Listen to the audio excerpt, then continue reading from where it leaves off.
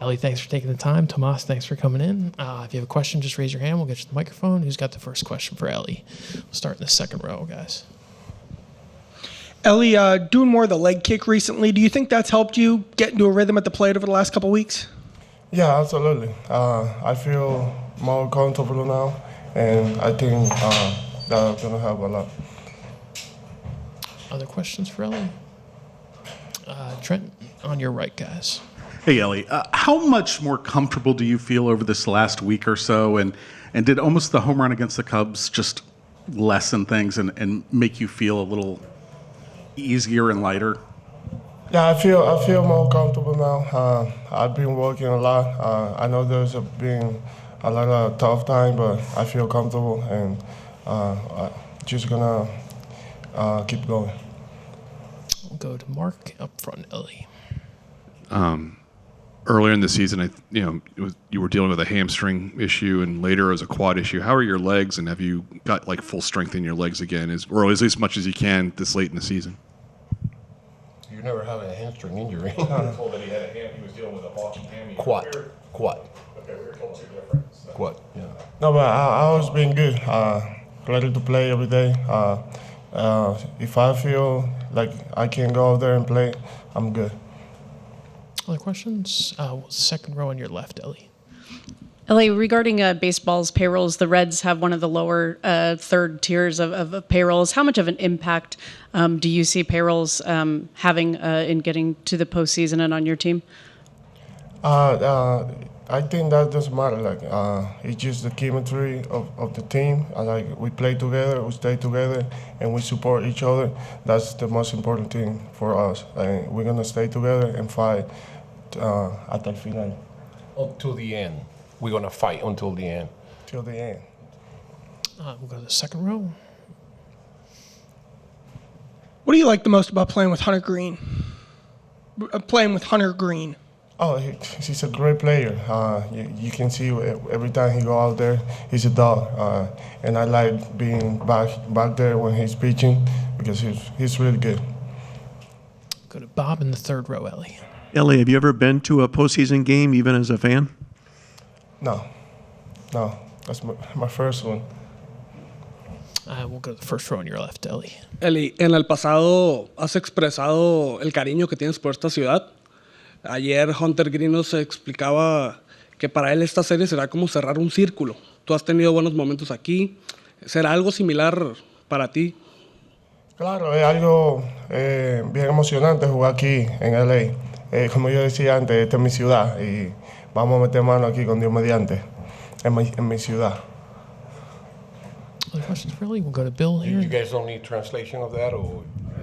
So he mentioned that Elly always joking about the LA, his second city. That's the city he liked. So he make a comparison between what Hunter Green, who born and raised here, says something about LA, closing the circle of coming back to play an important game in the city where he grew up. So he tried to make a point as if Elly feel the same way about LA. Well, he said yes. I mean, he just my city, though. You gotta already know. I think you gotta tell him why, because the video game. So that's where he come from. Thank you, Tomas. Appreciate that. We'll go to Bill in the second row. There are going to be a lot of people watching tonight who they're used to seeing the Dodgers on TV or the Yankees. They don't know as much about the Reds. What should everybody know about the Reds? They're gonna know. They're gonna see. We're ready to go. Other questions for Elly? Trent? Elly, just how much has having Ke'Bryan Hayes, and not to denigrate anybody else who's played third base, but Ke'Bryan's probably the best defensive third baseman. How much has that helped you and kind of like made it easier for you to play shortstop every day when you have Ke'Bryan next to you? Yeah, absolutely. He's a great defender. He just got everything. Me ayuda mucho en la defensa, en verdad, porque uno habla ahí en el crujado y de todo. Y él le da mucho tiro a uno, tú sabes, de defensa. He helped me a lot when we inside the clubhouse. I mean, he gave me a lot of tips, and he tell me things. And just watching him, he make me feel comfortable and relax more when he's right next to me. We'll go back to the second row on your left, Elly. What music did you choose for today for your first postseason game? what music did What you music? choose to hear? ¿Qué canción? Oh, right now I'm not listening to anything, but I listen Dominican music.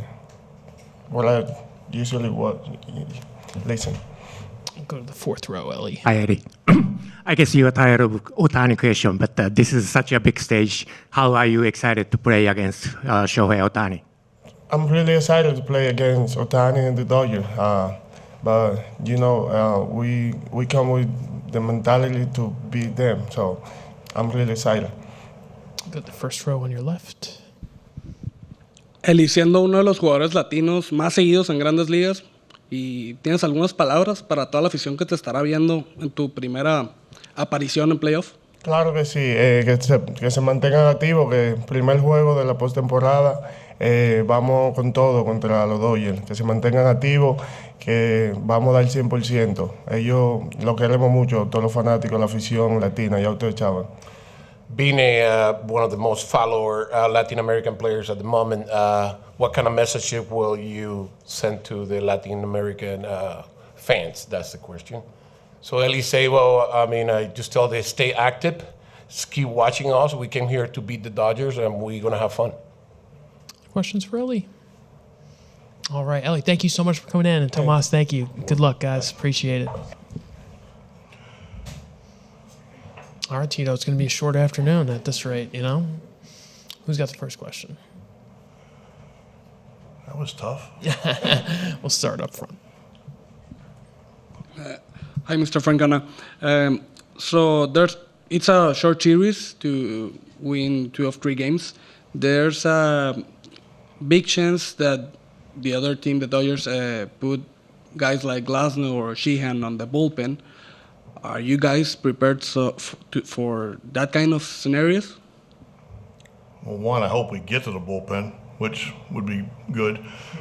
They're deep, and we know that. Not too many teams can put pitchers of that caliber into the bullpen. They're deep. They can. So, but we'll just go play. We'll go play and see if we can, regardless of who's in the pen or who starts or what, if we can just be 1 run better at the end, we'll be happy. You have a lot of young players on your team. How do you think they're handling this situation, this series? Well, I think I even that out by being old. So they're actually okay. They understand that it's baseball. If it was something else, we'd all be out of our mind crazy. But it's baseball, and it means a lot to us. But they know how to play baseball, and they know how to compete. So we'll go do the best we can. Other questions for Terry?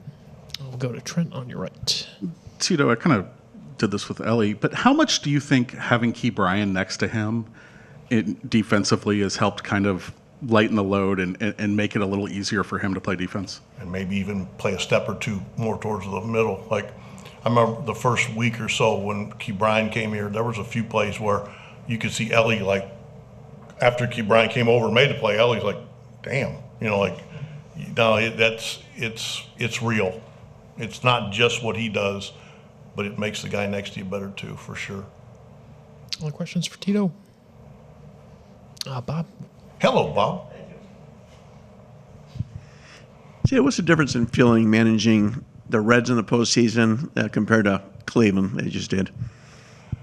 I don't know yet. I'll tell you after the series. I'll tell you better. It's all special, and there's always a different reason for it to be special. I feel really fortunate that we're here and we have the honor to compete and see if we can beat a really good team. That I get a big kick out of that. Have you been watching the Cleveland series, today's game? I've watched as much as I could of everything so far. Yeah, it's nice. I mean, it's kind of nice when you play later. You can watch all the other games, and yeah, I enjoy that. Standing in the back left. Terry, do you get a sense how big this moment is for Hunter Green personally? Coming back home, first playoff game, he was drafted, developed, and now he gets the start as the number 1 guy. Do you get a sense how big this is for him? I don't think we're trying to make it bigger than it needs to be. Like, again, it's baseball. the things you're talking about are kind of like outside noise that we don't need it to impact the game. He just needs to go pitch. He can do that. The other things, like I said, it's noise, and you try to take that out of the equation. Other questions? Yep. Jill, we'll get you the mic. These two teams obviously have drastically different payrolls. How much of a factor does the payroll have in a team getting to the postseason? I don't know. I mean, we never. I don't think I've brought that up once all year. I hope I haven't, and I never will. Because I was on the other side, in Boston. I don't think people now want to hear, like, well, if it was okay then, But we don't have the ability to outspend mistakes, so you try not to make very many of them. And nobody's perfect, but that's why I give Nick and Brad a lot of credit. They went and got guys like Lux, Trevino, Austin Hayes, that really changed the dynamic of our team. And they did it with some constraints. That's just being, but once the game starts, nobody's going to care what you're making. Like, that's what I love about it. Let's go play baseball. Go back to the left quarter. Going all the way back to spring training, Terry, you talked about how much you liked this team, the makeup of this team. You said it all year long, even when there were some rough patches. What is it about this group you really like? Well, we told them on day one the things that we wanted to live by and believe in. So we, count spring training and now what you're together, probably 200 days, maybe a little more. And we never had somebody late for a meeting the entire year. And I told them, I said, if you're late, you're announcing to everybody that what we're doing is not a priority. I said, so we can't be late. They never were. Saying it and doing it is two different things. But those are things that I believe, like, guys that will live by that, they're the same guys that'll run balls out. They're the same guys that'll back up bases. It's not always convenient to be somewhere on time, but they did it. Questions for Tito? And we'll finish up right here. We'll get you the mic. So Hunter Green mentioned yesterday that this is going to be like a full circle moment for him. He even mentioned that he grew up as a Dodger fan. Elly De La Cruz keeps saying, LA is his city, it's his city. How do you take this? I don't know. I didn't see that. My answer would be, I hope Hunter pitches great, and I hope Elly plays great. I don't know that quotes to the media are going to determine the outcome of this game. I never probably feel that way. And we'll take one last one from Rowan, standing on your left, Tito. Hey, Tito, with the year off, you talked about how much healthier you were feeling, and obviously the match here just kind of made sense. I'm curious now, getting through 162, what this experience has been like for you, if it's been rejuvenating, exhausting, what you kind of feel. It's a little bit of everything. I mean, it's hard. It's a lot. I think I was better situated. I just got to a point a couple years ago where I wasn't healthy enough to enjoy it. And then, you start to get short on patience, and that's not a healthy recipe for being a good manager, I don't think. So I came here for the right reasons, for the people, just like I did in Cleveland. And when you're together through a lot, because we've been through a lot, and those relationships grow stronger, you made the right decision. That's how I feel. Zach, what's the anticipation level for your start tomorrow? And thinking back to when you arrived to the Reds right at the trade deadline, just how much of an exciting period has this been in your career? Yeah, it's exciting. Obviously, this is a moment that you dream of as a kid, just to get to start a playoff baseball game. So to come over here, help these guys make this push and get here, and then hopefully continue to help them moving forward. It's been awesome. I can't ask for anything else. We'll go to the second row, Zach. Hey, Zach, just what do you think of this rotation? You're a part of it as well, and what that does for you guys this series. Yeah, I mean, it's definitely the strength of this team. You got Hunter, Lodolo, Abbott, Brady's thrown the hell out of the ball the last month and a half. So it's been awesome. When you can go out there and just be a piece that is already part of a really, really good group, it kind of takes pressure off yourself to just go out there and pitch. And you learn a lot from these guys. I know some of them are a little bit younger, but they've done some pretty cool things, and it's just been fun to talk baseball with them. Questions for Zach? Oh, Mark, go ahead. A lot of guys in this team don't have playoff experience. You're one of the guys that do. How much is that, number one, for yourself when you're on the mound? Is it when you tap into that for a game like tomorrow, and then how much of it do you spread around to the clubhouse and talking to other guys? Yeah, I do have a few games. I wouldn't call it a ton, but you go into it like any other game. You try your best to go into it like any other game. The moment is different, whether we want to admit it or not. It's a different game, and learning how to deal with those emotions was an adjustment the first couple of times. So, in that regard, I think that I'm definitely better suited than I was, 4 or 5 years ago when I first got into it. So, excited to go out there and compete. I've gotten the opportunity to actually play the Dodgers in the playoffs, so it'll be fun to go out there and see some of those same guys. But this group it's got a really nice mix of guys who have been around and have done this before as well, with Nick Martinez and Emilio Pagan and some of these guys that have some experience in the postseason. So the young guys have been awesome. They ask the questions that you want them to ask, and I think everybody's ready for the moment. Stay over there with Trenton. Zach, you and Nick Martinez have both come out of the bullpen before, but are used to being starters. Were you able to, either of you guys, did you say anything to Nick Lodolo? I know he got his feet wet the other day, but then possibly coming out of the bullpen in this series.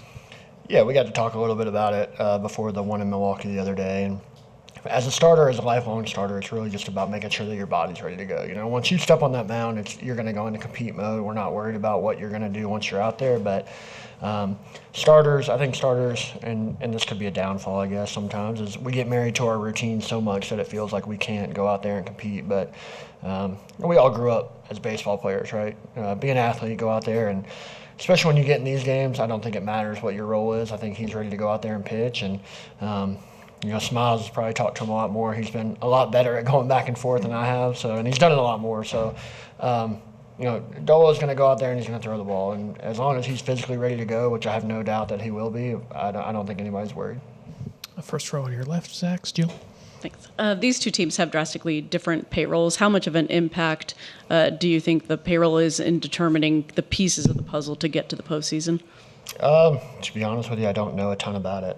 As far as, obviously, I know the Dodgers have a high payroll, and I know that the Reds are generally in the bottom half of the league, if I were to guess. But I think once you get here, it's not really about.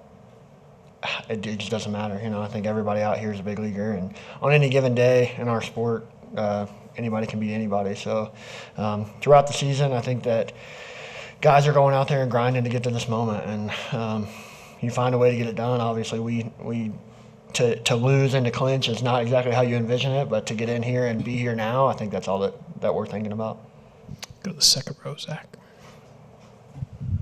Especially when you look at, the Dodgers have some good left-handed hitters. How's your splitter feeling? And, what does that pitch just in general on paper do for you against lefties? Yeah, it's a pitch I added a few years ago.